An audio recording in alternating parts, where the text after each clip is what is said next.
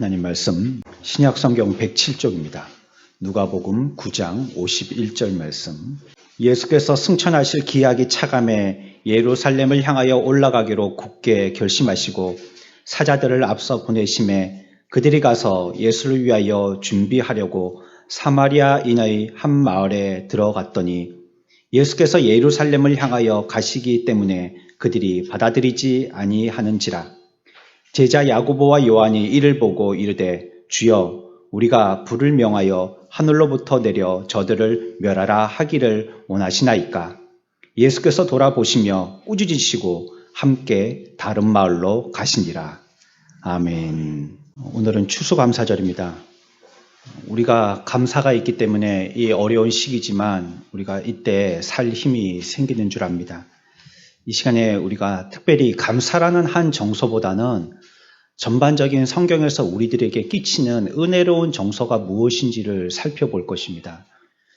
우리는 감사도 해야 되지만 감사 이외에 여러 가지 성경이 우리들에게 촉구하고 있는 정서들을 우리가 가지고 있어야 하고 또 그 정서들은 일면 우리의 마음이라고 생각하여서 그냥 버릴 것, 육신의 것, 쓸데없는 것, 또 그거는 우리의 기분의 것, 이런 것들로 치부해버리기가 쉽기 때문에 성경이 우리들에게 이 감정, 정서라는 것을 어떤 태도로 임하여서 우리에게 교훈하여 주시는지를 잘 듣고 우리들도 그러한 정서를 갖기 위해서 애쓰는 자가 되어야 되겠습니다.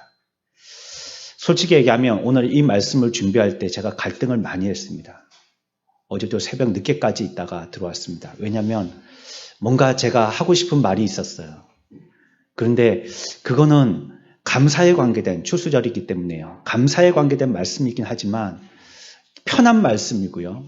또 나도 하면 막 신명이 나겠고 한 말씀이긴 하겠는데 이 말씀을 전하는 것이 옳을까 하는 그 갈등 때문에 늦게까지 두 말씀을 붙들고 어디에다가 뭘 가지고 주보를 내지 이런 갈등에 오랫동안 고민을 하다가 왔습니다. 오늘 말씀은 제가 앞에서 말씀드린 그 말씀으로 하려고 하는 것과 비교해 본다면 조금 어려운 말씀이긴 합니다. 주제도 좀 다양할 수도 있겠고요. 우리가 말씀의 줄을 놓쳐버리면 중간에 이게 뭐 하는 소리야 라고 이렇게 조금 어려울 수도 있겠어요. 하지만 우리가 이 말씀에 잘 귀 기울여 듣는다면 어떤 말씀보다도 우리들에게 교훈과 또 큰 힘이 되어지고 또 지식적인 어떤 면에 대해서도 바르게 정립될 수 있을 거라고 생각이 되어집니다. 우리 정신을 차리고 우리가 끝까지 잘 들어봅시다. 먼저 말씀의 교훈을 받기 이전에 이 말씀이 어떤 배경인지를 먼저 조금 알아야 되겠습니다. 오늘 감사절인데 감사하라는 단어가 한 개도 보이지 않는 그런 누가복음의 말씀을 오늘 우리가 본문으로 들었습니다. 특별히 이 시간에 우리가 조금 더 신경 쓰고 싶은 그 한 구절이 있는데 그 구절은 55절입니다. 55절의 말씀 우리 다 같이 한번 읽어볼까요? 시작. 이거 오히려 감사라는 말씀하고는 반대잖아요. 예수님이 뭐 하셨다는 말씀입니까? 꾸짖으셨다는 말씀이거든요. 제자들 중에 야고보와 요한이 예수님이 예루살렘을 향하여서 가는데 이 두 제자들이 앞서갔어요. 우리의 성경에서는 사자들이라고 얘기하고 있지만 다른 번역의 성경들을 보면 메신저, NIV에서는 메신저라고 얘기하고 있고요. 또 다른 성경에서는 심부름꾼 이렇게 얘기하기도 합니다. 그러니까 예수님이 앞에 가시는 길에 이 길을 가도 되겠는지 아니면 그 길이 맞는지를 확인하고 또 주님이 오신다는 기쁜 소식을 그 마을에 전하는 길잡이의 역할을 했던 사람들이었었어요. 그 사마리아 성에 가니까 이 사마리아 성에 예루살렘으로 예수님과 그 무리들이 예배하러 간다는 얘기를 듣고 그들이 기분 나빠서요. 그 마을로 들어가지 못하도록 했어요. 문전박대한 거예요. 그랬더니 제자들이 분이 찬 겁니다. 아니 우리가 어떤 사람인데 우리 예수님이 어떤 분이신데 이 길을 통과하지 못하도록 한다는 말이야. 어떤 마을에 가면 쌍수를 들고 환영하고 나와가지고 코가 땅에 붙여가지고 접대를 하는데 이 사람들은 이거 완전히 교만하구만 이래가지고요 제자들이 분이 차서 예수님께 다시 돌아왔어요. 예수님께 얘기했습니다. 예수님 하늘에서 명령을 해가지고 불이 떨어져갖고 저 말을 갖다가 전체를 다 휩싸이게 해버릴까요? 그렇게 하도록 우리에게 허락하시겠어요? 이렇게 제자들이 얘기했어요. 그때 예수님이 말씀하시는 겁니다. 뭐라고 말씀하시냐면 55절에 예수께서 그 모습을 돌아보시며 그들의 뜻과는 동의하지 않으셨어요. 돌아보신 거예요. 다른 말을 하니까 다른 말을 하고 있는 그들을 향하여서 돌아보시는 거예요. 돌아보시면서 뭐라고 하십니까? 꾸짖으셨어요. 여기에 꾸짖었다라고 얘기하고 있지만 여기 난해주에 보면은 뭐라고 설명을 하고 있냐면 여러분들 성경에 보면 거기 작은 숫자로 써가지고 밑에 또 다른 설명이 기록되어 있죠. 그 난해주에 보면 뭐라고 설명되어 있냐면 이르시되 너희는 무슨 정신으로 말하는지 모르는구나. 이런 뜻이 이 말씀에 포함되어 있다는 거예요. 꾸짖었다는 말이 그냥 이놈의 자식 이렇게 하고 한마디 하고 마는 이 정도가 아니라 너희들이 지금 하는 말이 제정신으로 하는 소리야? 이렇게 얘기했다는 거예요. 단단히 화가 나신 거죠. 오늘의 말씀의 주제로 연결시켜서 생각해 보면 예수님은 제자들에게 혼을 내고 계세요. 그 이유는 무엇이냐? 제자들이 제자들로서 가져야 될 올바른 은혜로운 정서를 가지지 못했다는 겁니다. 지금 제자들은 어떻게 하고 있어요? 화나 있어요. 자기들을 받아주지 않았다는 것에 대하여서 무시당하였다는 마음을 가지고요. 화가 나 있어요. 아, 우리가 문전박대 당했구나. 머리끝까지 화가 나가 있어요. 그래가지고 하나님의 이름을 통해 가지고 하늘로부터 저들을 멸하라고 이렇게 하늘을 이용해서 저희들에게 원수를 갚으려고 이런 마음을 갖고 있는 거예요. 이러한 마음의 정서를 예수님께서 꿰뚫으셨다는 겁니다. 그들이 지금 어떤 마음의 자세로 그와 같이 말하는지 예수님께서는 돌아보시니까 다 알겠더라는 거예요. 예수님이 가시는 길은 그런 뜻이 아닙니다, 지금. 그래서 돌아보신 겁니다. 만약에 제자들이 같은 길이었다면 예수님께 돌아볼 리가 없겠죠. 같이 가면서 보면 되겠죠. 하지만 예수님이 가시는 길에 제자들은 딴지로 얘기하고 있는 거예요. 돌아볼 수밖에 없는 것입니다. 그들은 다른 감정을 갖고 있었어요. 다른 정서를 갖고 있었던 것입니다. 감사절을 맞은 오늘 우리가 성경에서 말하는 올곧은 은혜로운 정서는 무엇인가를 살펴봐야 되는데 중요한 요지가 되어지는 말씀입니다. 이런 정서를 갖고 있다면 앞서 나가서 예수님의 그 길을 여는 제자의 같은 삶을 사는 저와 여러분들이 할지라도 성경은 55절에 뭐라고 얘기하냐면 꾸짖는다라고 얘기하고 있어요. 주님의 일을 잘하려고 이들이 간 거 아니에요. 자기들 돈벌이하러 앞서간 게 아니잖아요. 자기들 얼굴 내려고 앞서간 게 아니잖아요. 주님이 가시는 길을 열려고 간 자들입니다. 저와 여러분들과 같이 오늘 주님 앞에 우리의 마음의 문을 열고 하나님 앞에 예배하러 모인 자들이란 뜻입니다. 하나님 앞에 우리가 주님을 더 잘 섬기려고 그 말씀대로 살려고 주님보다 조금 더 열심히 해보려고 말이에요. 주님의 말씀을 붙들고 조금 더 열심히 해보려고 애를 썼다는 말씀입니다. 그럼에도 불구하고 우리에게 은혜로운 정서가 없을 때는 예수님은 우리들에게 칭찬이나 축복하지 아니하시고 뭐 하셔요? 꾸짖으신다는 겁니다. 그래서 우리의 삶의 정서는 매우 중요한 것입니다. 여러분들이 만약에 집에서 오늘 예배드리러 나오시기 전에 남편이나 부인하고 대판하고 나왔다. 죄송합니다. 아침부터 그렇다고 본 건 아닙니다. 놀라지 마십시오. 제가 보고 하고 얘기한 건 아닙니다. 대판하고 나왔다. 그러면 여러분들이 이 자리에 나와서 예배를 드리는데 그 예배가 잘 될까요? 씩씩거릴 겁니다. 내가 그때 말로 한 대 맞고 나왔으면 나 집에 가가지고 내가 그때 그 생각을 왜 못했지. 나도 그 말 팍 했으면 나도 이기는 건데 막 씩씩거릴 거예요. 머리끝까지 막 분이 치솟을 겁니다. 예배 마치고 집에 들어가지 말까? 어디 커피숍에 커피 한 잔 마고 지는 정신 먹든지 말든지 가만히 좀 속을 세게 볼까? 별별 생각이 다 들 겁니다. 그러면요 주일날 교회 와서 말씀 드리는 거요 하나도 기억 못합니다. 정서라는 것은 마치 우리들에게 지금 옆에 공터에 건물을 짓고 있는데 어제 이렇게 물끄러미 살펴보니까 지금 시간을 많이 들여서 하고 있는 게 밑에다가요 이런 빈 파이프를 빨대 같은 파이프를 깊이 박아가지고요 그 안에 콘크리트를 붓고요 거기다가 H빔을 갖다가 또 꽂는 거예요. 기초 다지는 작업을 하는 거예요. 그래야지 밑에 튼튼해야지 위도 이렇게 건물이 올랐을 수 있지 않겠어요? 옆에 있는 또 흙도 이렇게 무너내리지 않고 그거 하고 지금 며칠째 쿵쾅쿵쾅 그거 하고 있는 거예요. 그걸 시간을 들여서 저렇게 오랫동안 돈을 많이 써서 하지 않으면요, 건물이 곱게 올라가지 못하는 것처럼 우리의 신앙도 그런 것입니다. 우리의 정서가 말씀으로 다듬어지지 않으면요, 그 위에다가 멋진 건물을 지어보려고 우리가 멋진 설교 도면을 갖고 있다 할지라도 그게 잘 지어지지가 않는 겁니다. 지어지다가 무너지고, 지어지다가 또 무너지고, 결국은 어떻게 하죠? 기초공사를 아예 포기하고 맙니다. 그리고 그 사람의 신앙은 단층짜리 집 짓는 걸로 만족하고 맙니다. 내 신앙은 이 정도뿐이지. 그러나 그렇지 않습니다. 우리의 정도가 단층짜리 신앙이기 때문이 아니라 우리가 기초를 단단히 하지 못하였기 때문입니다. 그런 부분에서 성경은 우리들에게 은혜로운 정서를 우리들에게 지니라라고 요청하고 있는 겁니다. 우리 같이 한번 해봅시다. 은혜로운 정서. 성경이 말씀하시는 은혜로운 정서. 우리 교회 이 시간에 예배하는 모든 성도들에게 다 같이 임하시기를 축원합니다. 은혜로운 정서라는 것은요, 사랑, 온유, 고요함, 용서, 긍휼, 감사와 같은 마음을 일으키는 마음을 얘기합니다. 우리는 정서라고 하니까 앞에서 나열한 이게 정서인 줄 알지만 물론 그것도 정서입니다. 우리의 마음이에요.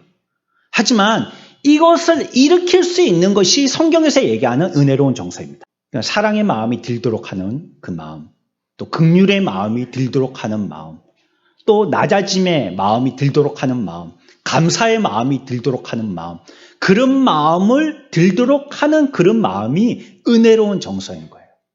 아, 저 사람은 은혜 받은 사람이구나. 마음에 하나님의 기름 부음이 있으시구나. 은혜로 충만한 자이구나. 이렇게 얘기할 수 있는 마음이 되는 것입니다. 이러한 마음을 갖고 있는 사람이어야 그 사람을 그리스도인이라고 부르는 것입니다. 우리의 개성은 다 독특하죠. 좀 성격 급한 사람도 있고 느긋느긋한 사람도 있고, 버스가 섰는데 말이에요. 버스가 이렇게 터미널에 서 있으면 어떤 사람은 30분 전에 가가지고 막 버스가 그 차 쓰는데 들어오기도 전에부터, 기사가 준비하기도 전에부터 가가지고 앉아 있어야지 속이 편안한 사람이 있는가 하면요, 어떤 사람은 그렇게 시간 소모할 필요 없다 하고요, 집에서 5분 전에 출발합니다. 그리고 들고 뜁니다. 그래서 차 문 닫고 출발하려고 할 때 아슬아슬하게 차에 탑승합니다. 근데 그게 매번 그렇습니다. 우리의 성향들은 다 이렇게 달라요. 급한 사람도 있고 조금 느긋한 사람도 있고, 깨끗해야지 기분이 좋은 사람도 있고, 좀 편하게 하고 살아야지 기분이 좋은 사람도 있고 그래요. 예수 믿는 우리의 성향들도 서로 다른데요, 예수 믿을 때 공통점이 하나 있어요. 하나의 공통점이 만들어진다는 거예요. 그거는 이러한 은혜로운 성량의, 이러한 은혜로운 정서의 사람의 마음이 되어진다는 점에서는 공통점이 된다는 것이에요. 급하든지 느긋하든지 편하게 하든지 깔끔하게 하든지 어쩌든지 간에 그리스도인이라고 한다면 그 마음에 그리스도의 정서, 은혜의 정서를 갖는다는 면에서는 동일한 것입니다. 그래서 급한 사람도 은혜로운 정서를 가지고 있고, 느긋한 사람도 은혜로운 정서를 갖고 있고, 조금 정리 조금 더 잘하는 사람도 은혜로운 정서를 갖고 있고, 좀 편하게 내놓고 사는 사람도 은혜로운 정서를 갖고 있다는 거예요. 그래서 그리스도인이라고 한다면 그 공통점을 보고, 아, 이 사람이 그리스도인이구나 라는 것을 알 수 있다는 거예요. 성격이 차가 아니고요, 그 사람에게 은혜로운 정서가 있느냐 하는 것입니다. 경건하고 진실된 그리스도의 제자들은요, 모두 이런 마음을 가지고 있습니다. 뿐만 아니라 이런 마음에 속해 있기를 즐겨합니다. 은혜의 정서 가운데 그 마음이 안정되기를 즐거워해요. 또 그런 마음으로 통제받는 걸 기뻐해요. 자기 마음대로 하는 걸 좋아하는 게 아니에요. 우리 마태복음 5장 5절 봅시다. 오늘 우리가 좀 찾아볼 성경이 많아서요, 제가 화면 비추시는 분에게 부탁을 좀 드렸습니다. 그러니까 여러분들 앞에 이렇게 비춰질 테니까요, 여러분들이 그냥 보시면 되시겠습니다. 우리 같이 읽을까요? 9절까지 말씀입니다. 시작. 온유한 자는 복이 있나니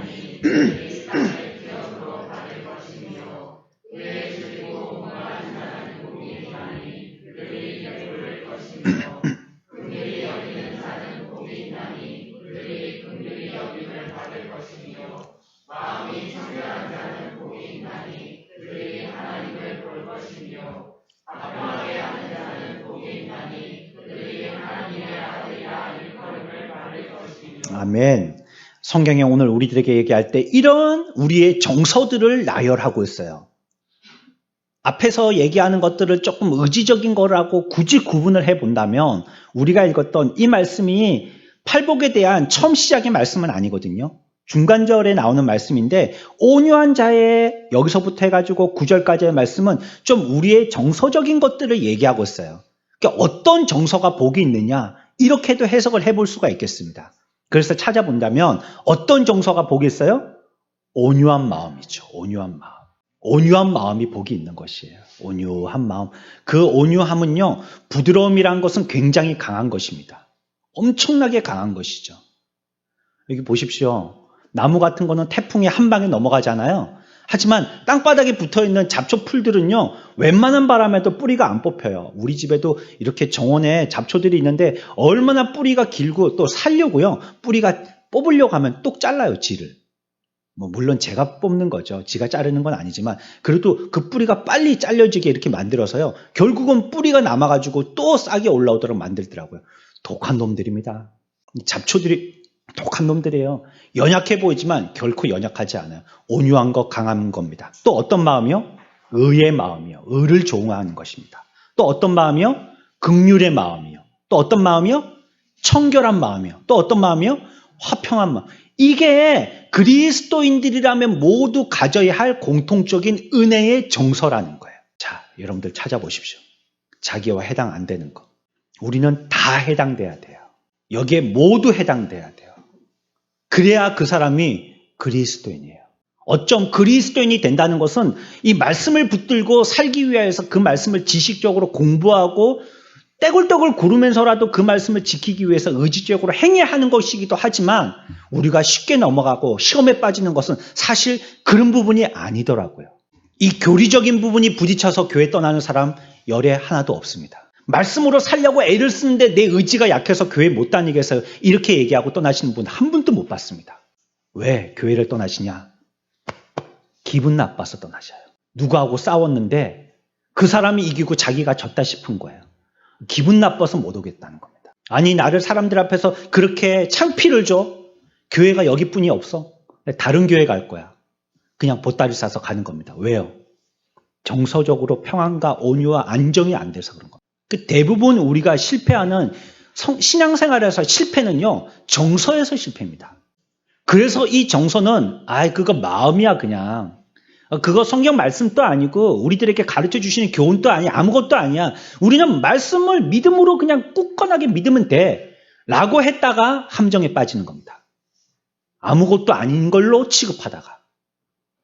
그래서요, 예수님도 제자들에게 예놈 이렇게 얘기하신 겁니다. 정신 차려. 니들이 지금 어떤 생각 가지고 예수 믿고 있는 거야? 그 마음의 정서, 그 마음의 태도가 중요한 거야 라고 호통하신 거예요.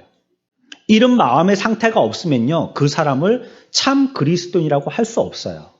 말씀 잘 외우고 있다고 그 사람이 참 그리스도인이에요? 예배당에 앉아서 의자 대피고 간다고 그 사람이 참 그리스도인입니까? 정서적으로 이런 안정이 없는 사람을 뭐로 우리는 참 그리스도인이라고 할 수 있겠냔 말이에요. 신앙 고백과 그에게 많은 은사들이 있다 할지라도 이런 마음이 없으면 죄송하지만 아무것도 아닙니다. 고린도전서 13장에서 그렇게 얘기하고 있습니다. 정서적인 안정이 없는 사람, 정서적으로 평안과 사랑이 없는 사람, 아무리 큰 은사를 가지고 있고 하나님 앞에 달달달달 신앙 고백으로 하며 자기의 신앙을 하나님 앞에 아랜다 할지라도 그거 울리는 깽가리고 치는 징이라고 했어요. 시끄럽다는 겁니다. 세상에서 신문에서나 정치인들이 하는 말들이 있죠. 어이, 설교하지 말라고. 왜 설교를 거기다 갖다 붙이냐고. 나한테 설교하지 말라고. 설교가 지겹기면 지겹나 봅니다. 그렇죠? 뭐 말만 하면 설교하지 말라고 하는데. 그래서 저는 설교가 제 직업이기 때문에 할 수밖에 없습니다. 잘 들으십시오. 그 사람들은 그렇게 마음이 막 우룩부룩 하는 것입니다. 우리가 무엇으로서 그 사람이 참 그리스도인이라는 걸 알 수가 있어요. 그의 정서예요. 물론 그런 정서가 들도록 하는 마음의 기초와 교훈이 분명히 그를 단단히 붙들고 있겠죠. 그렇기 때문에 그런 정서가 나타나겠죠. 그러나 우리가 겉으로 그 사람을 보기는요, 정서뿐이 안 보이는 거예요. 여러분들이 대부분 사람들을 평가할 때요, 평가하는 건 좋지 않은 버릇입니다. 하지만 여러분들이 그렇게 머리에 이미지로 그리고 있을 때요, 뭘 대부분 그리시냐면 정서적인 부분들을 대부분 그리고 계십니다. 저 사람 착한 사람이야, 마음이 고운 사람이야, 나한테 친절한 사람이야, 이런 거 얘기합니다. 교회 갔다 왔더니 그래, 교회 가보니까 어떻디? 아, 그 사람이 믿음이 좋은 사람 같았어. 막 말씀이 어떤 걸 붙들고 이런 거 얘기 잘 안 하더라고요. 우리가 보여지기는 그것이 거의 다기 때문에 그래요. 또한 자신을 속여서요, 그리스도인인 척 하는 사람들이 있습니다. 제가 분명히 말씀드립니다. 자신을 속여서요, 자기도 그렇게 속아 넘어간다는 뜻입니다. 내가 참 그리스도인인 줄 안다는 거예요. 왜냐하면 그 무리들 가운데 똑같이 찬양하고 똑같이 신앙 고백하고 똑같이 예배했거든요. 그러니까 나도 거기 껴있으니까 나도 그 가운데 같은 가족인 줄 아는 거예요. 그러나 주님은요, 그런 사람이 그런 사람인 척하지 못하도록 하기 위해서 거룩에 속한 마음이 없는 그런 사람들에게 거룩한 마음을 가지라라고 충고하십니다. 그러니까 그 사람이 참 그리스도인이 아니라는 표시를 정서를 통하여서 탈로 낸다는 거예요. 그렇기 때문에 너희들이 그렇게 되면 안 되니 거룩한 정서를 가지도록 애쓰라라고 얘기하신다는 겁니다. 그게 야고보서 3장 13절 말씀입니다. 우리 다 같이 볼까요? 앞에 화면에 있습니다. 같이 읽습니다. 17절까지 말씀입니다. 시작.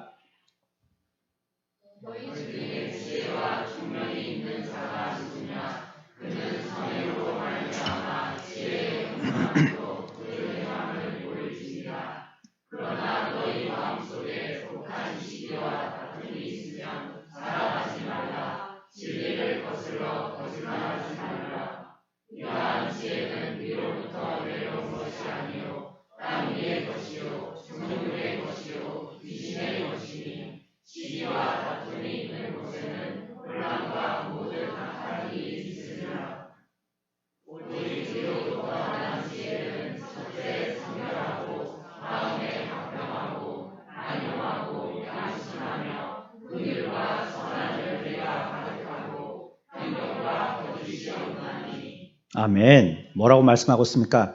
거짓말 치지 마. 이렇게 얘기하는 거예요.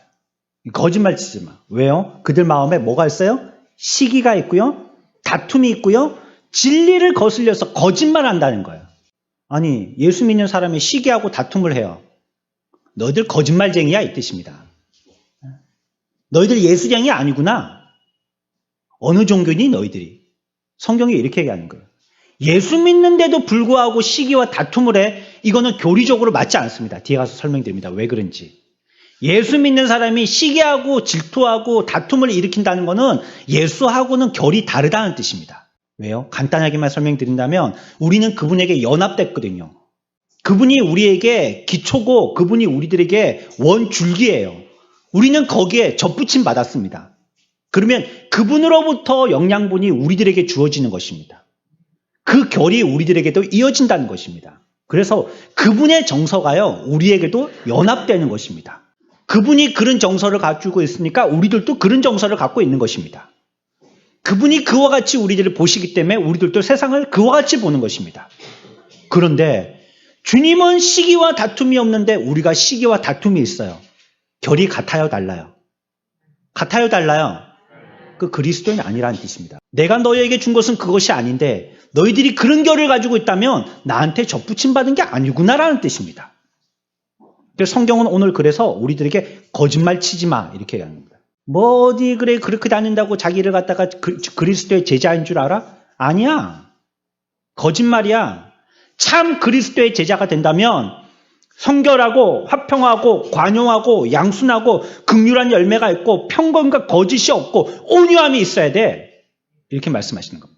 그거 보니까 그 사람이 그리스도의 제자예요. 그거 없으면요, 그리스도의 제자가 아니에요. 죄송하지만. 거룩에 속한 이와 같은 은혜로운 정서라는 것은요, 참된 기독교의 본질입니다. 우리 교회가 어떤 정서의 교회가 되느냐, 우리 교회가 어떤 컬러의 교회가 되느냐, 이거는 우리가 어떻게 해봅시다라는 그 생각과 기분 가지고 만들어지는 것이 아닌 겁니다. 성경이 우리들에게 어떤 것을 제공하여 주시느냐, 그것 가지고 우리의 정서가 만들어지고 다듬어지는 것입니다. 예를 들어서요, 성경이 막 박수치고 막 우리들에게 막 이렇게 기뻐 뛰놀고 이걸 원하시면요, 우리들도 그렇게 하는 겁니다. 성경이 우리들에게 점잖게 앉아가지고 어허 하면서 말씀 듣게 하면 또 우리도 그렇게 하는 것입니다. 성경이 우리들에게 어떤 정서를 제공하느냐에 따라서 우리가 그 정서에 맞는 삶을 사는 것입니다. 어쩜 우리가 어떤 정서를 가지고 우리 모든 교회, 오늘 우리가 오예배 때요, 재밌는 거 하는 게 하겠는데요. 교회 칭찬하기 캠페인 여러분들이 많이 내셨고요. 또 교회 이름으로 육행시 짓기 했던 막 치열했습니다, 경쟁이. 막 엄청 많이 써가지고요.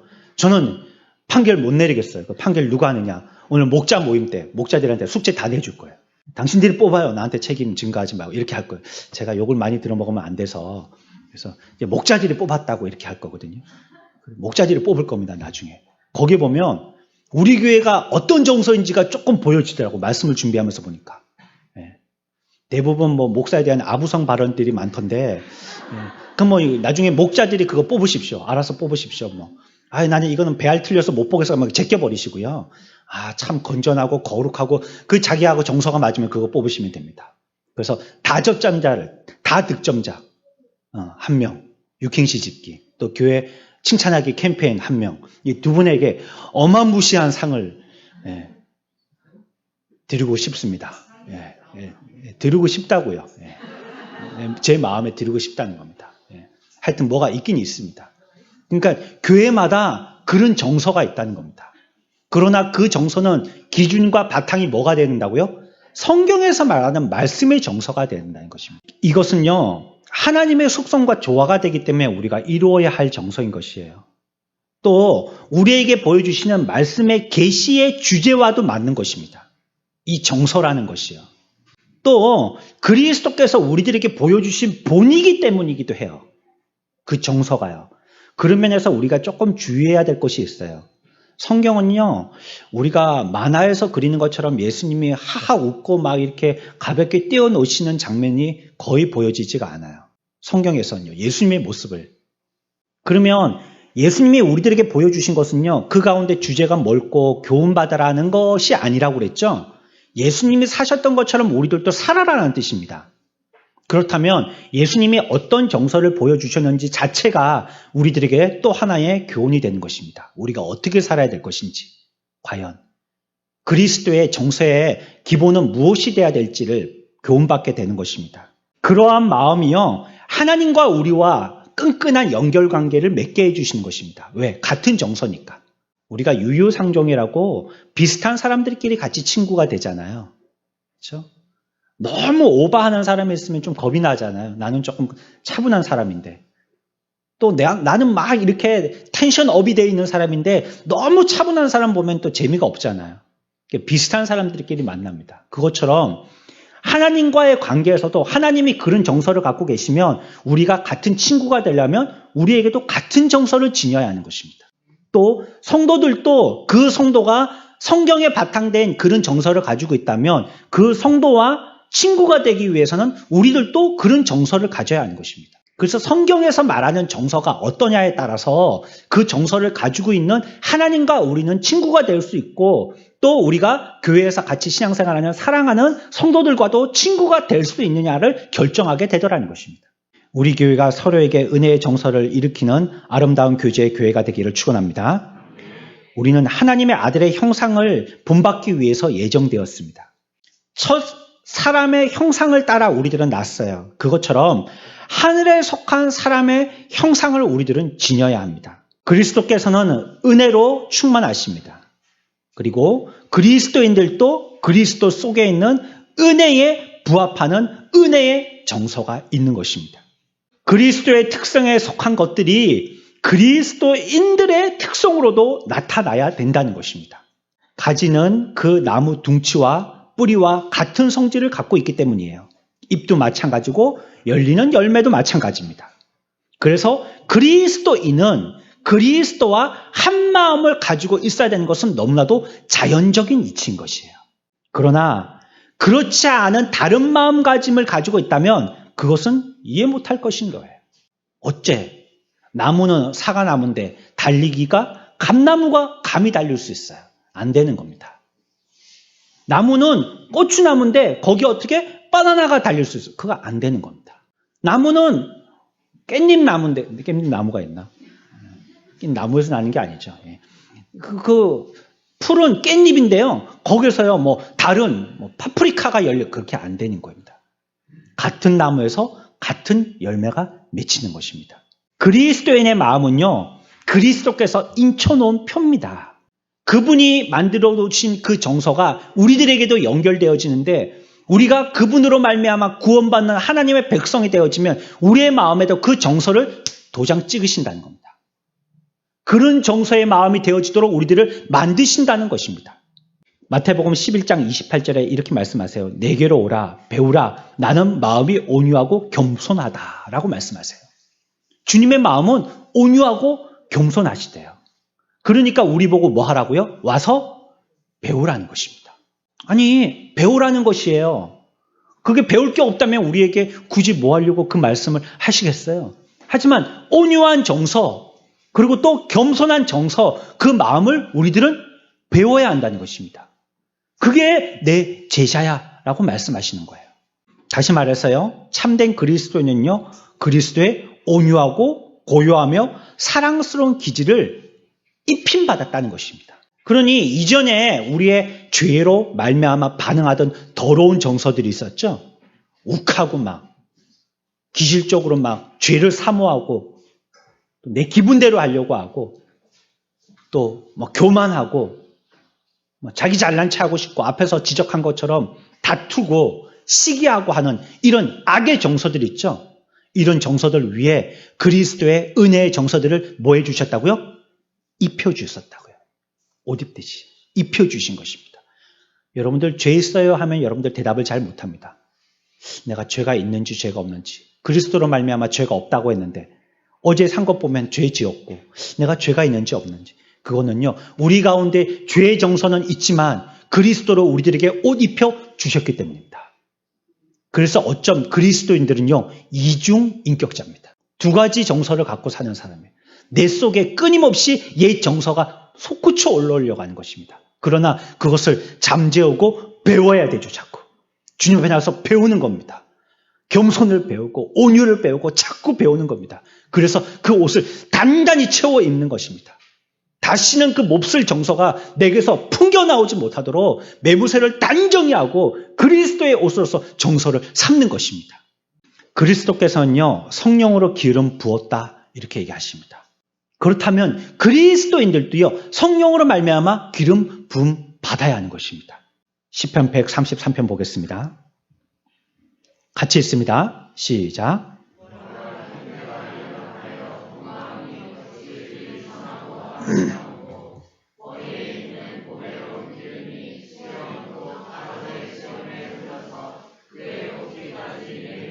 아멘. 2절 보시면요, 우리가 같이 동거하여서 아름다운 삶을 살자 이렇게 얘기하시면서 뭐라고 2절에 말씀하시냐면요, 보배로운 기름이 수염 곧 아론의 수염에 흘러서 그의 옷깃까지 내림 같고 라고 말씀하십니다. 자, 여기에 기름이 있습니다. 기름이. 이 기름을 가지고 머리에다가 이렇게 붓습니다. 그러면 이 머리에 부은 기름이 머리에서 어떻게 돼요? 흘러내리겠죠. 그래서 어디까지 흘러내려요? 어깨까지, 옷에까지 온통 흘러내려서 마지막에는 발끝까지 흘러내리고 마는 것입니다. 그리스도가 성령으로 기름 부음 받았습니다. 그러면 그의 제자되은 그의 백성 되어진 저와 여러분들에게도 그 기름이 흘러내린다는 것입니다.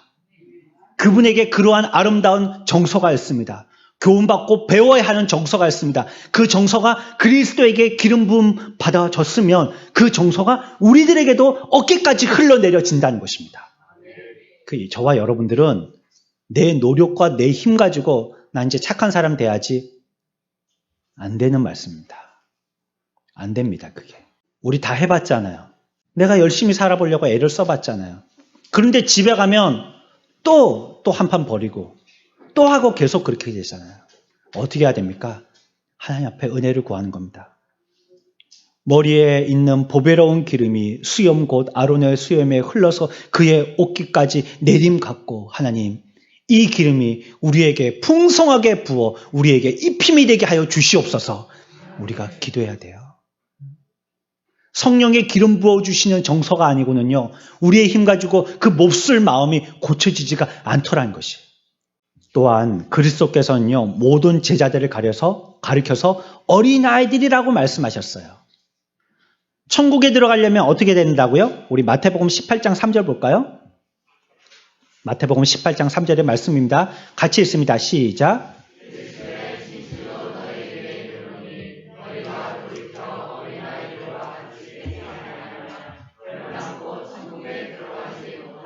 아멘.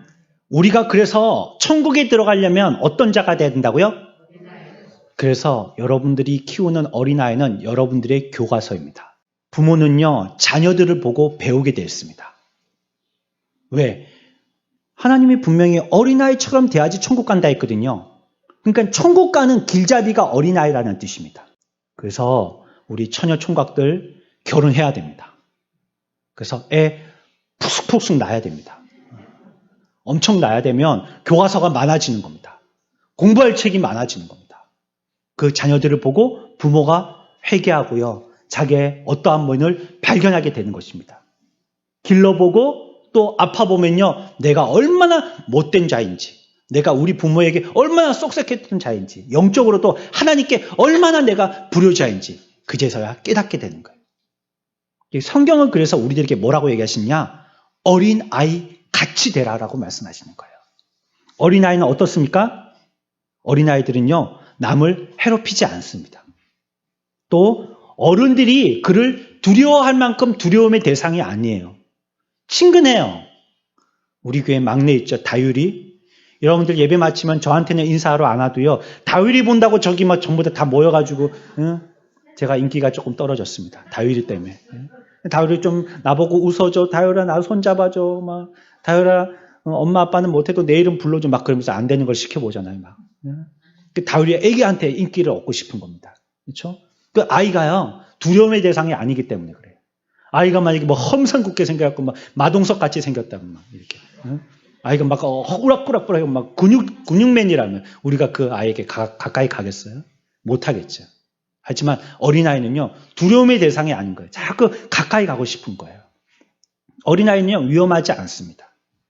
어린아이들은요, 화내기도 합니다. 하지만 어른들처럼 분노가 지속되지 않아요.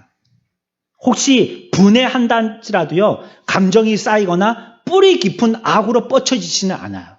그 아이들 사탕 하나 사주면 금방 마음 풀립니다. 또 어린아이들은요, 속이지 않아요. 기만하지 않습니다. 어른처럼 그렇게 깊은 악에 물들어 있어서요, 어떻게 속일 거에 능숙하지 않다는 뜻입니다. 또 순진하고요, 꾸밈이 없습니다. 복종을 잘하고요, 유연하고요, 고집이 세거나 완고하지도 않습니다. 또 자기의 지식을 의뢰하지도 않아요. 그래서 엄마가 얘기하면 엄마의 말씀에 귀 기울입니다. 왜? 자기 지식보다 엄마의 지식이 더 우월하다라고 믿고 있기 때문이에요. 금방 자기 지식을 버리고 엄마의 소리를 귀 기울여 듣습니다. 어리석어 보여도요, 하나를 가르치면 딴 생각하지 않고 그 하나를 기억하는 것이 어린아이입니다. 그래서 우리들에게도 어떤 정서를 가져야 되느냐? 어떤 정서요? 어린아이와 같은 정서를 가지라라고 얘기합니다. 어린아이들을 잘 보십시오. 이 아이들이 어떤 정서를 가지고 있는지, 성경에서 말하는 교훈적인 정서가 무엇인지 그걸 보라는 것입니다. 그리스도인들은 어린아이 같이 되기를 목표로 삼아야 합니다. 하늘나라에 들어가기 위해서는 이런 성품이 절대적입니다. 어린아이 같은 성품을 가져야지만 우리가 천국에 들어갈 수 있다는 것이에요. 또한 우리들에게는요, 어린아이와 같은 이러한 선량하고 순진한 정서가 있어야 되는 한 면이 있는가 하면 또 영적인 싸움에서는요, 선한 군사가 되라라고 성경은 얘기하고 있습니다. 같이 해봅시다. 선한 군사. 선한 군사. 선한 군사는요, 원수들과 뭐 해야 되죠? 싸워야 됩니다. 전쟁 영화 같은 거 보면 너무 참혹하니까 남자인데, 장정인데, 총까지 들고 있는데 전쟁에 나가지 못하고요, 참호에 이렇게 몸을 웅크리고 부들부들 떨면서 막 헛소리하고 정신이 빠져나간 그런 모습을 영화로 장면에 찍어내는 걸 봅니다. 겁나가지고요, 막 총알이 머리 위로 빗발치는데 나가지를 못, 내가 나갔다 하면 바로 직통으로 맞아서 죽을 것 같은 거예요. 겁이 나가서 못 나가는 거예요. 그러나 우리들도 선한 군사가 돼서 싸워야 할 때는 참호에서 나와서 돌격 앞으로 휘슬이 불 때 중대장의 목소리에 맞춰서 우리들은 같이 돌격해야 된다는 거예요. 선한 군사로서 뭐 해야 된다고요? 싸워야 된다는 것입니다.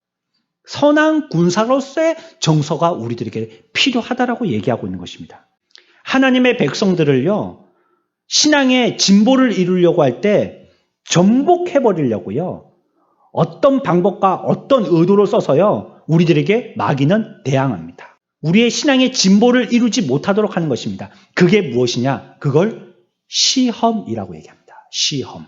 우리가 신앙의 진보를 이루려고 하는데 사탄이 막아서는 거예요. 여러분들이 예배당까지 올라오실 때는 5층에 엘리베이터 버튼 눌러서 올라오셨겠지만 만약에 엘리베이터가 고장난다면 계단으로 밟아서 올라오셔야 되겠죠. 한층 한층 올라올 때 우리의 몸무게를 갖다가 발로 지탱해 가면서 한 계단 한 계단을 올라와야 됩니다. 중력이 밑에서 막 당깁니다. 몸무게도 막 당겨요. 그리고 몸도 상태가 별로 썩 좋지 못합니다. 그게 우리의 육신적인 진보를 이루지 못하도록 방해하는 겁니다. 한층 못 올라가게 하도록 하는 거예요. 그렇지만 올라가면 또 한층 올라가고요. 또 올라가면 또 한층 올라가서 결국은 예배당 입구까지 당도하는 거예요. 우리 신앙도 이렇게 진보를 이루려고 할 때 사탄 마귀가 끊임없이 방해하는 거예요.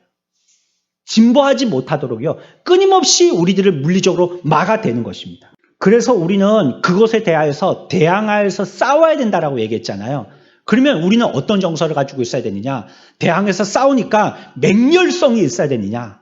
아니면 우리들도 싸워서 이기려면 아주 그냥 뿌리를 뽑아야 될 테니까 잔인성이 있어야 되느냐? 참된 그리스도의 용사는요, 두 가지의 용기 있는 마음이 필요하다라고 성경은 얘기해요. 그 한 가지는요, 자기 마음대로 하려고 하는 악한 정서를 억누르는 겁니다. 용사가 되려면요, 마인드 컨트롤 돼야 된다는 것입니다. 자기 마음대로 하고 싶은 걸 억누르려고 하는 겁니다. 공부 잘하는 학생은요, 머리가 좋기 때문이기도 하지만 자기를 잘 자제하는 학생이기 때문에 공부를 잘할 수 있는 것입니다. 집중해서 그 하나에 몰두하는 것입니다. 하지만 좀 공부에 소질이 없는 학생들을 가만히 보면 한 장 보다가 엉덩이 덜썩이고, 한 장 보다가 휴대폰 보고, 한 장 보다가 먼 산 보고, 한 장 보다가 머리 긁고, 한 장 보다가 잠자버립니다. 산만해요. 집중하지 못하는 것입니다. 우리의 마음에 내가 하고 싶어하는 악한 정서를 우리들은 제어해야 되는 것입니다. 그래야지 좋은 군사가 될 수 있는 것입니다. 또한 두려움과 대적에게도 굽힐 줄 모르는 견고함과 선한 정서를 갖고 있어야 된다는 거예요. 타협하지 않는 것입니다. 두려워하지 않는 것입니다. 우리에게 억압하더라도 여기 대해서 움츠러들지 않는 것입니다. 찬송은 얘기하고 있지 않습니까? 이 풍랑이 인연되어서 더 빨리 갑니다 라고 합니다. 보통 사람들은 파도를 보고 두려워해서 파도 치는 바다에 가까이 못 갑니다. 하지만 파도 치는 바다를 좋아하는 사람들이 있습니다. 누구죠? 파도 타기 하는 사람들. 그 사람들은 잔잔한 바다는 재미없어 안 갑니다.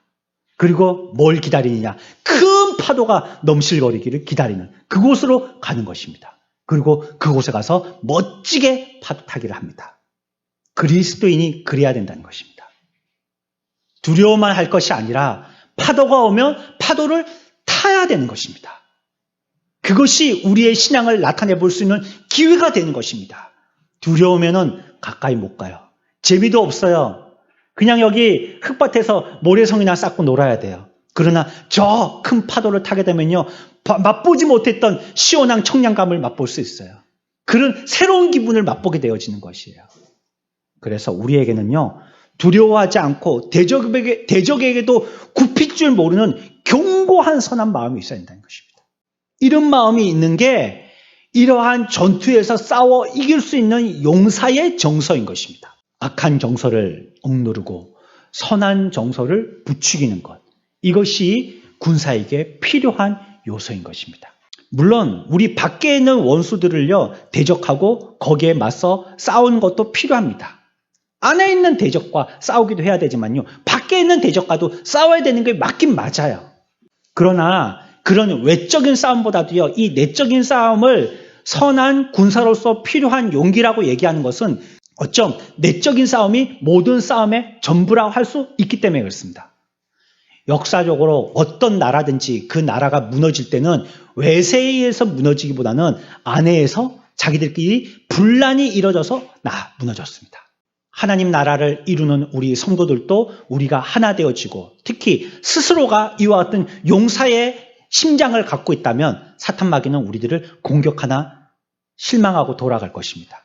그러나 내 속에서 이와 같은 선한 정서와 이와 같은 악한 정서를 억누르려고 하는 이런 마음의 준비가 되어 있지 않다면 우리 밖에 있는 원수와도 싸우나 백전백패가 되고 말 것입니다. 거룩한 정서, 이 정서의 귀중함, 정서가 얼마나 소중한지 우리가 배웠습니다. 마지막으로 한마디만 더 붙인다면 오늘 우리가 추수감사절을 맞았기 때문에 그래서 우리에게 있는 선한 정서를 일으키는데 유용한 방법이 무엇일까요? 다 같이 합시다. 감사합시다. 감사합시다. 감사하는 겁니다. 감사는 뭘 하느냐? 여러분들 주변에 있는 환경을 보고 감사하는 것이 아닙니다. 그거는 얼마든지 바뀔 수 있는 것이고 세상 사람들도 다 하는 감사고 이방 종교에서도 하는 감사입니다. 우리가 성경에서 감사라는 감사는 그 대상이 누굽니까? 환경과 형편이 아니고 하나님께 하라는 것입니다. 왜냐하면 그분이 다 섭리하시기 때문이에요. 이 감사가 우리의 은혜로운 정서를 촉발시키는 도화선과 같은 것입니다. 감사하면 더 많은 아름다운 정서의 삶들이 이루어지게 되는 것입니다. 저와 여러분들이 이와 같은 복의 사람들 다 되어지시기를 축원합니다.